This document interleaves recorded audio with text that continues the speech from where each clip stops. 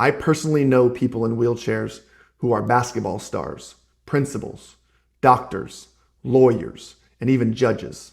But how often do you see those stories in the news, in movies, or on TV? Hardly ever. And that invisibility creates problems. When you rarely see people with disabilities in leadership roles or in media playing fully developed characters instead of stereotypes, it sends a powerful message. Disability does not belong here. For young people with disabilities, that lack of role models means fewer examples of what's possible. Imagine being a kid who never sees someone like you in a profession you dream about. It's easy to start believing it's not for you. For non-disabled people, the lack of representation keeps stereotypes alive. If the only time you see disability in media is the inspirational hero or the tragic victim, then that's all you think disability is. You don't see the everyday reality, the complexity, the talent, the leadership. Representation isn't just about being visible. It's about power.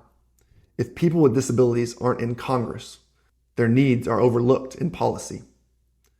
If they're not in leadership roles, workplaces don't design systems that are truly inclusive.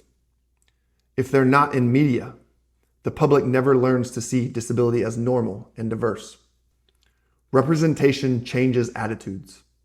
When you see a judge in a wheelchair or an athlete in a wheelchair competing at the highest level, it challenges the old assumptions about what disability means. It opens doors, not just in people's minds, but real opportunities.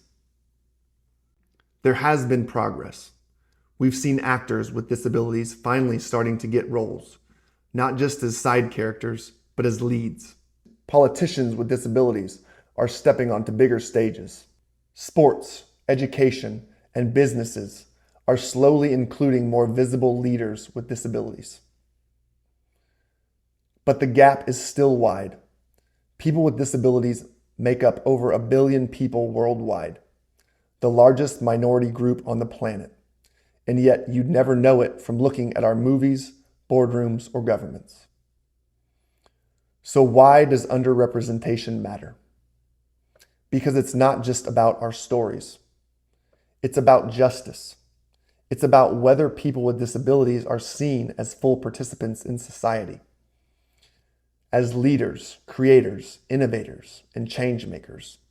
Representation isn't charity. It isn't special treatment.